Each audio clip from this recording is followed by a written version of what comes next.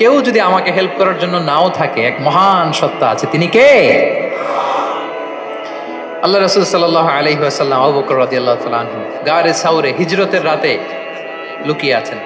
কুরাইশরা খুঁজতেছে, আবু বকর রাদিয়াল্লাহু তাআলা আনহু তটস্থ, না জানি ধরা পড়ে যায়।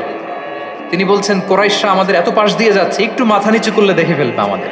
রাসূল সাল্লাল্লাহু আলাইহি ওয়াসাল্লাম বললেন যে ভয় পেও না আবু বকর, তুমি কি ভেবেছো আমরা এখানে গুহাতে দুইজন? না না, এই গুহায় আমরা দুজন নই, আমাদের সাথে একজন মহান সত্তা আছে। তিনি কে? আমরা তিনজন এখানে। লা তাহজান ইন্নাল্লাহা মা'ানা, ভয় পেও না, হতাশ হয়েও না, নিশ্চয় আল্লাহ আমাদের সাথে আছেন। আল্লাহ তাআলা সরাসরি কথাটাকে কোরআনে কোট করেছেন যে লা তাহজান ইন্নাল্লাহা মা'ানা। তাহলে সুপ্রিয় বন্ধুরা, এই বাক্যটা আমাদের খেয়াল রাখতে হবে যাদের মধ্যে ফ্রাস্ট্রেশন কাজ করে, যে মনকে তুমি বুঝিয়ে বলো কে আছেন আমার সাথে? আল্লাহ আছেন আমার সাথে। এরকম কোরআনের পরতে পরতে অনেক আয়াত পাবেন। লা তাইয়াসু মির রাউহিল্লাহ ইন্নাহু লা ইয়াইয়াসু মির রাউহিল্লাহি ইল্লাল কওমুল কাফিরুন। আল্লাহর রহম থেকে নিরাশ হয়ো না।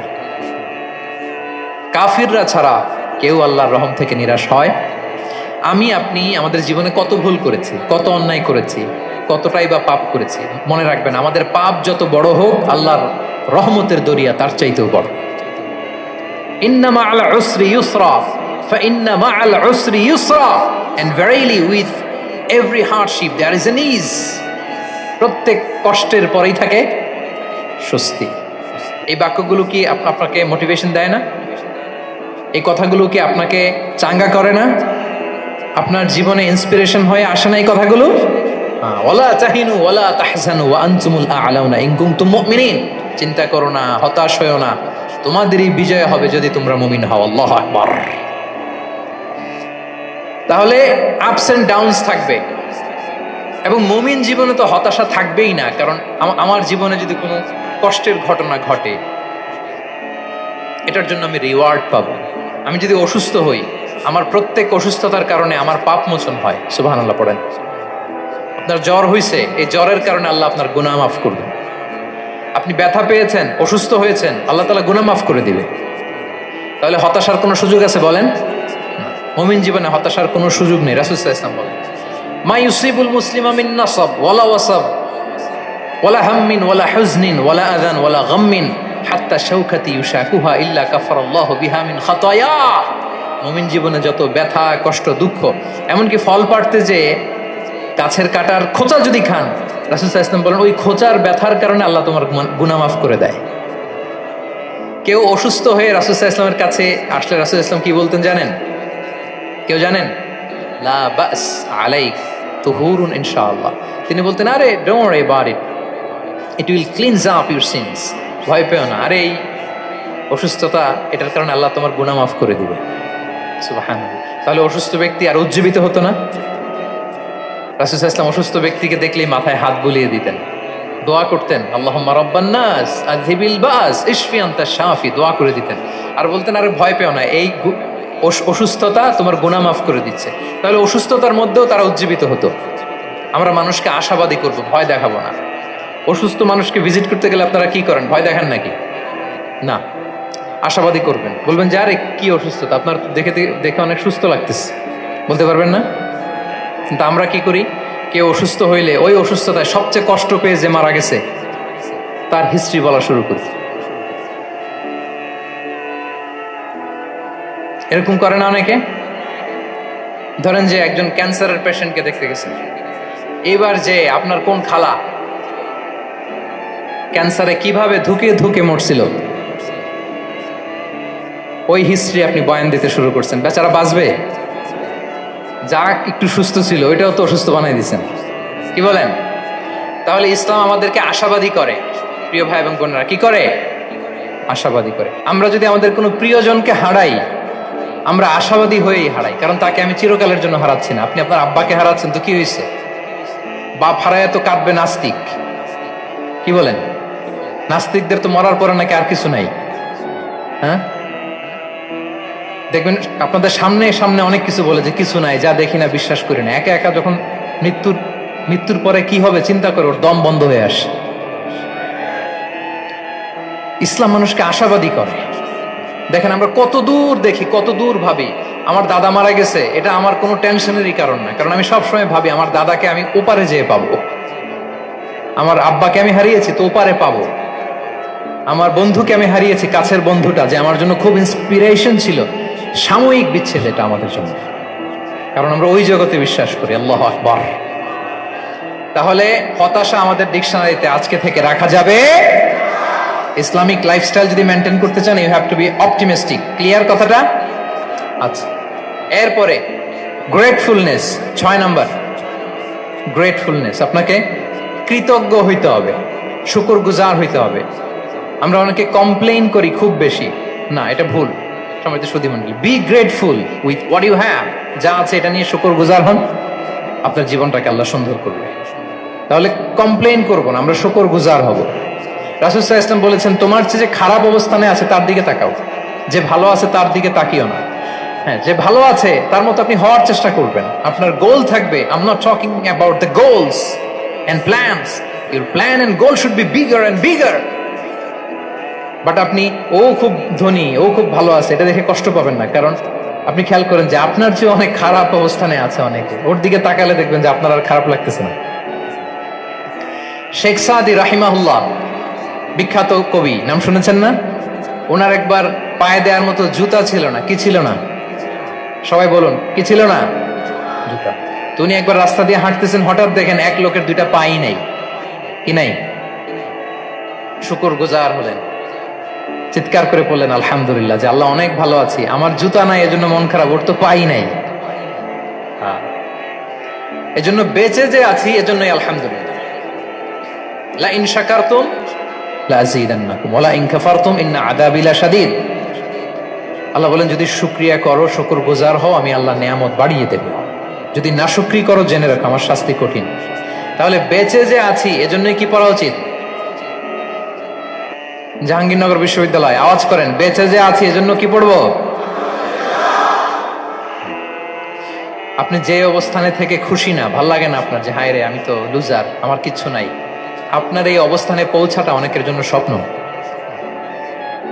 মানে যেটা পেয়ে আপনি হ্যাপি না, কতটুকু হইতে পারাটা অনেকের কি স্বপ্ন।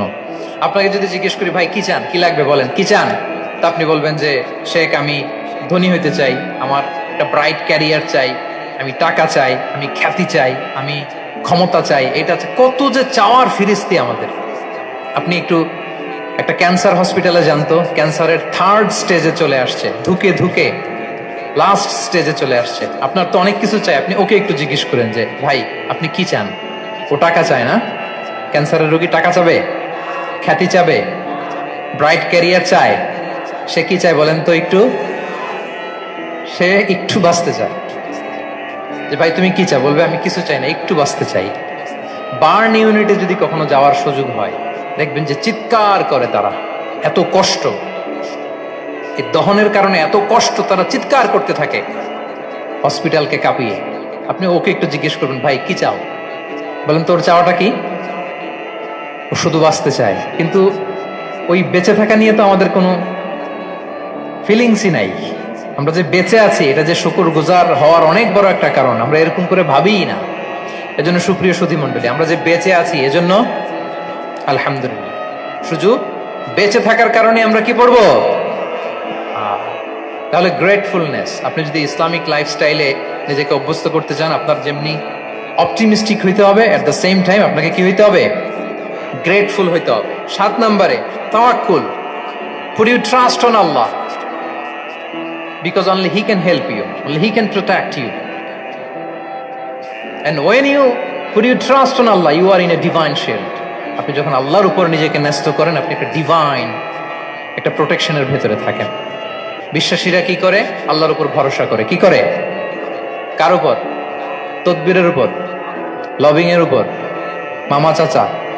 তাহলে আল্লাহর উপর ভরসা হবে। কার উপর? ফাইদা আযামতা ফাতাওয়াক্কাল আলাল্লাহ, আল্লাহর উপর ভরসা করুন। এমনকি ঘর থেকে বের হওয়ার সময় রাসূল সাল্লাল্লাহু আলাইহি ওয়াসাল্লাম আমাদেরকে বলেছেন আল্লাহর উপর তাওয়াক্কুল করো। আমরা কি দোয়া পড়ি বলেন তো ঘর থেকে বের হয়ে? বিসমিল্লাহি তাওয়াক্কালতু আলাল্লাহ। এই তাওয়াক্কুল নিয়ে আমাদের অনেক মিসকনসেপশন আছে। আমাদের মধ্যে একটা প্রবণতা আছে, অনেকে বলে যে যা হবে হবে, আল্লাহ ভরসা। বলে যে যা হবে হবে, কি ভরসা? কথা বলতে হবে তো আমার সাথে। আপনার কি বোরিং হচ্ছেন? ওরে আল্লাহ, অনেক রাত হয়ে গেছে, তো শেষ করে দেই তাহলে। আর কয়েক মিনিটের মধ্যে শেষ করবো ইনশাআল্লাহ। তাহলে অনেকের মধ্যে একটা প্রবণতা আছে, তারা বলে যে যা হয়েছে হয়েছে, কি ভরসা? যা করে আল্লাহ, আল্লাহ ভরসা। এটা it's not the concept of তাওয়াক্কুল। এটা তাওয়াক্কুল নয়। ইসলামে তাওয়াক্কুল is always at the second step. The first step is your effort. প্রথমে আপনি চেষ্টা করবেন, এরপরে আপনি আল্লাহর উপর তাওয়াক্কুল করুন। কিছু না করে যদি বলেন আমি আল্লাহ ভরসা, এটা আল্লাহ ভরসা হয়েছে? এটা আপনার মন গড়া একটা কথা হয়েছে, কিন্তু এটা তাওয়াক্কুল হয়? আমাদের অনেকে অলসতা, অকর্মণ্যতা, অপারগতা, হীনমন্যতা এগুলোর তাওয়াক্কুল বানায় ফেলেছে। হাত গুটায় বসে থাকবে, কাজ করবে না, অলস, আর বলে কি আল্লাহ ভরসা।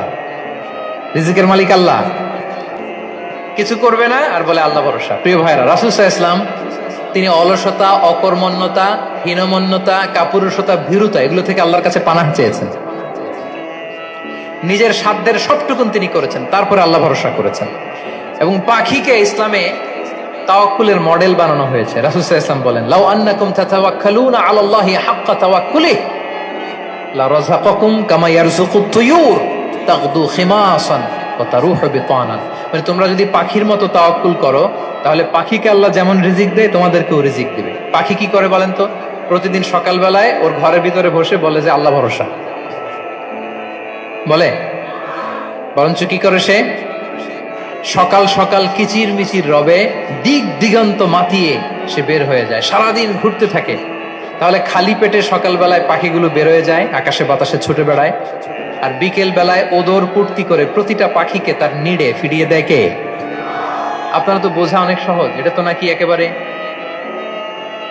আপনাদের জাহাঙ্গীরনগর, এটা তো নাকি পাখিদের অভয়ারণ্য শুনলাম আমি। কখনো আসা হয়নি আমার, দিনের বেলা আসা দরকার ছিল, তাহলে আপনাদের ক্যাম্পাস বিউটি আমি দেখতে পেতাম।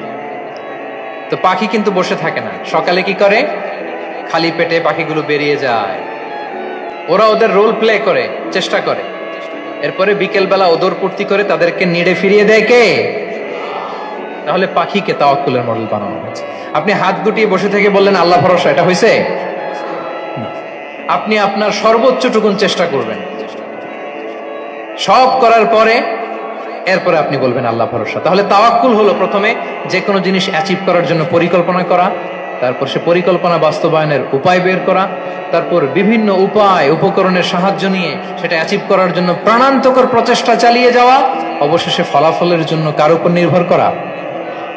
দিস ইজ কল্ড তাওয়াক্কুল। এখন আমি কিছুই করলাম না, বললাম যে যা করে আল্লাহ, তাওয়াক্কুল হয়েছে তো না?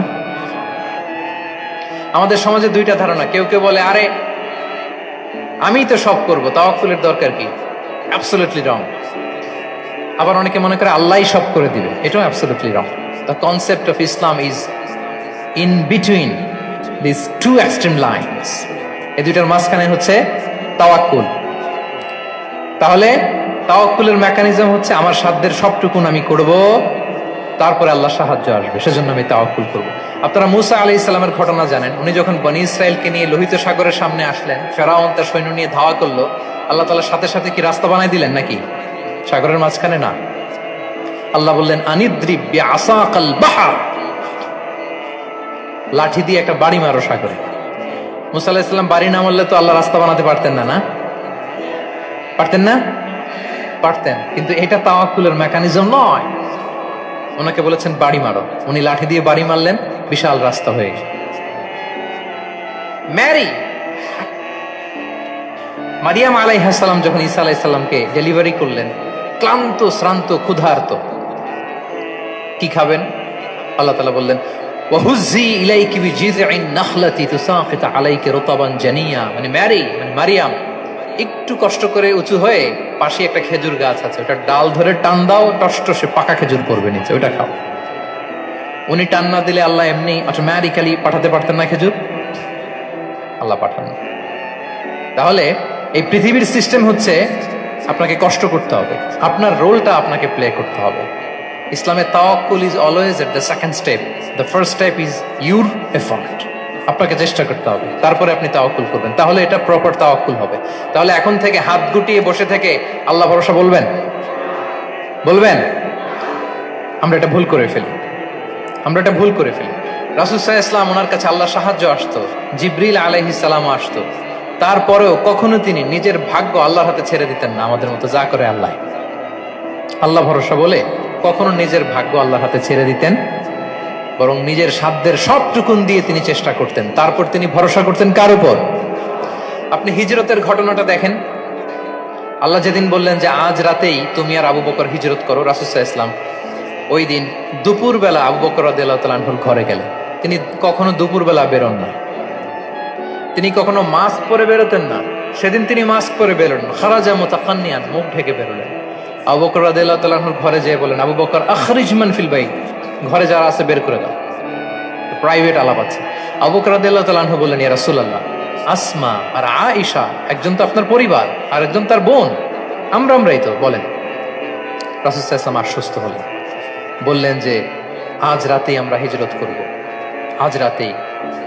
মক্কা থেকে মদিনা হচ্ছে উত্তর দিকে, কোন দিকে? আপার নর্থ। তিনি মক্কা থেকে মদিনায় হিজরত করবেন উত্তরে, কিন্তু তিনি বের হলেন দক্ষিণ দিক দিয়ে, শত্রুর চোখে ধুলি দেওয়ার জন্য। দেখেন, দিনের বেলা বেরোলেন না, রাতে বেরোলেন। দেখেন, একটার পর একটা প্রিকশন। দুপুরে বেরোলেন, চেহারা ঢেকে বেরোলেন, প্রাইভেসি মেনটেন করলেন। ডেস্টিনেশন এদিকে, বের হলেন এই দিক দিয়ে, সবার চোখের অন্তরালে তিনি বের হলেন। এবং তিনি আবু বকর রাদিয়াল্লাহু তাআলা আনহুকে বললেন, সবাই যেই পথে মদিনা যায় আমরা কিন্তু ওই পথে যাব না, ক্যারাভানগুলো যেই পথে যায় ওই পথে না, সাওয়াহিলি একটা আনইউজুয়াল রুট ধরে আমরা যাব, সাগরের পার ঘেঁষে ঘেঁষে, যাতে ওরা বুঝতে না পারে। এই জন্য আবু বকর রাদিয়াল্লাহু তাআলা আনহু একজনকে ভাড়া করলেন, আব্দুল্লাহ ইবনে উরাইকিত নামে, যে আনইউজুয়াল রাউটটা চিনে, যে সাগরের পাশ ঘেঁষে চলে যাওয়া পথ দিয়ে মক্কা থেকে রাসূল সাল্লাল্লাহু আলাইহি ওয়াসাল্লামকে মদিনায় পৌঁছায়। দুইটা উট তিনি 2 মাস ধরে এটাকে নার্চারিং করে রাখলেন। 3 দিন আবু বকর রাদিয়াল্লাহু তাআলা আনহু এবং রাসূল সাল্লাল্লাহু আলাইহি ওয়াসাল্লাম গারে সাউরে অবস্থান করলেন 3 দিন, যাতে করে বুঝতে পারেন যে মক্কায় তাদের ব্যাপারে কি বলা হয়। এবং আবু বকর রাদিয়াল্লাহু তাআলা আনহুর ছোট্ট ছেলে আব্দুল্লাহকে অ্যাসাইন করা হলো যে, আব্দুল্লাহ, তুমি তো ছোট মানুষ, তুমি প্রতিদিন মক্কার বাজারে যেয়ে শুনবা যে আমাদের ব্যাপারে কুরাইশরা কি বলে। নিশ্চয়ই তারা তন্ন তন্ন হয়ে আমাদেরকে খুঁজবে, না পেয়ে ওরা কি কি পলিসি নেয় এটা এসে আমাদেরকে জানাবে। সুবহানাল্লাহ। ছোট্ট আব্দুল্লাহ মক্কার বাজারে কে কি বলে শুনে গোয়েন্দার মতো করে, স্পাইয়ের মতো করে সে তথ্যগুলো নিয়ে, খাবার নিয়ে গারে সাউরে প্রতিদিন ইনফরমেশন পাস করে আসতো, আবার খাবার দিয়ে আসতো। আচ্ছা বলেন তো, এই ছোট্ট আব্দুল্লাহ যেই পথে যায়, মরুভূমির উপরে তার ফুটপ্রিন্ট আছে না, আব্দুল্লাহর ফুটপ্রিন্ট। তো কুরাইশরা তো তন্ন তন্ন হয়ে রাসূল সাল্লাল্লাহু আলাইহি ওয়াসাল্লামকে খুঁজতেছে, ডানে বাঁয়ে, সামনে পেছনে, সব জায়গায়। তারা যদি আব্দুল্লাহর ছোট্ট পায়ের ছাপ পায় আর সেটাই যদি ফলো করে, তাহলে ডিরেক্টলি তারা কোথায় যেয়ে পৌঁছবে? রাসূল সাল্লাল্লাহু আলাইহি ওয়াসাল্লামের কাছে, গারে সাউর। আল্লাহ রাসূল সাল্লাল্লাহু আলাইহি ওয়াসাল্লাম কি করলেন? আবু বকর রাদিয়াল্লাহু তাআলা আনহু কি করলেন?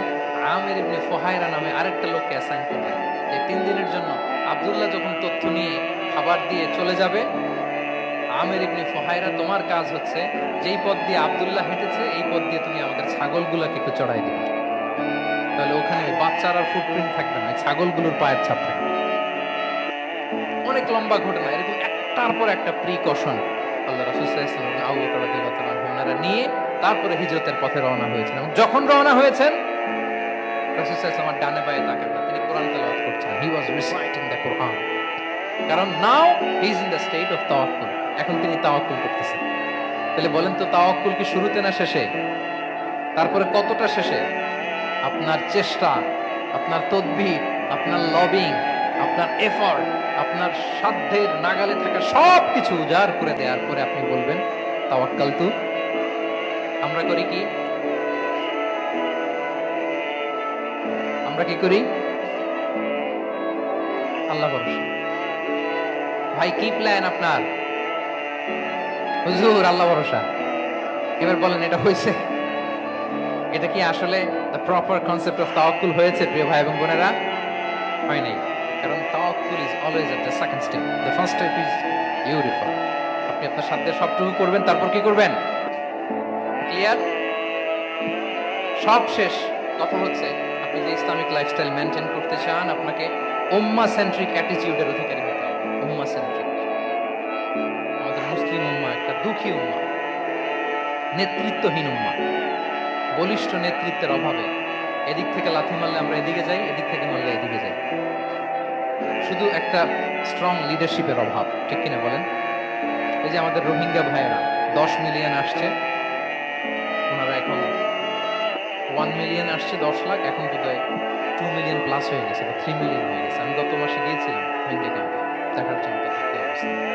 এমন মানবতার জীবনযাপন তারা করতেছে। ধর্মে তারা কোন ধর্মের বলেন তো?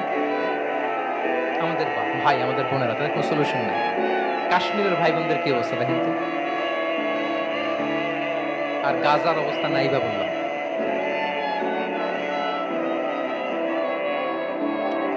পাখির মতো গুলি করে মারা হয়েছে, মসজিদ ধ্বংস করা হয়েছে, এমনকি খ্রিস্টানদের গির্জা ধ্বংস করা হয়েছে। একটা লিডারশিপের, একটা স্ট্রং লিডারশিপের অভাবে আজকে আমাদের এই অবস্থা। এজন্য আপনি যদি ইসলামিক লাইফস্টাইলের কথা বলেন, অফকোর্স আপনাকে উম্মাহ সেন্ট্রিক মেন্টালিটির হতে হবে। এই দুঃখী উম্মাকে নিয়ে আপনার প্রজেক্ট থাকতে হবে। আমরা আমাদের নিজেদের শক্তি, সম্ভাবনা, ঐতিহ্য এগুলো একেবারে ভুলতে বসেছি। আমরা যে যোদ্ধা ছিলাম, আমরা যে বিজয়ী ছিলাম, আমরা বেমালুম ভুলেই গিয়েছি। জ্ঞান বিজ্ঞানে একসময় আমরা লিড দিয়েছি, ঠিক কিনা বলেন? আমাদের জাবির ইবনে হাইয়ান ছিল, আমাদের আল বিরুনি ছিল, আমাদের আল ইদ্রিসি ছিল, আমাদের আল ফারাবি ছিল। এই নলেজ এখন ওয়েস্টে ট্রান্সফার হয়েছে, সেই নলেজ আবার ট্রান্সফার হয়ে আমাদের করতলগত একদিন হবে ইনশাআল্লাহ। ওই প্রজেক্ট আমাদের নাই। একদিন যে আমাদের হাতে আসবে, হুজুর আল্লাহ ভরসা নাকি? শুধু আল্লাহ ভরসা বলে বসে থাকলে হবে? সেলফ সেন্টার হওয়া যাবে না। উম্মাহ সেন্ট্রিক আমাদেরকে হতে হবে। উম্মার জন্য আপনার হৃদয়ে একটা দরদ থাকতে হবে। অন্যের জন্য কাজ করার একটা মেন্টালিটি আমাদের গ্রো করতে হবে। যারা অন্যের জন্য করে তারা জানে যে এটাতে কি সুখ, কি মজা। আপনি অন্যকে দান করে দেখেন, একটা সুখানুভূতি আপনার মধ্যে কাজ করবে। রাসূল সাল্লাল্লাহু আলাইহি ওয়াসাল্লাম বলেন, আল্লাহু ফি আউনিল আবদি মা দামাল আবদু ফি আউনি আখিহি। আল্লাহ তাআলা ততক্ষণ পর্যন্ত বান্দার সাহায্যে থাকে, ওই বান্দা, যতক্ষণ পর্যন্ত এই বান্দা তার ভাইয়ের সাহায্যে থাকে।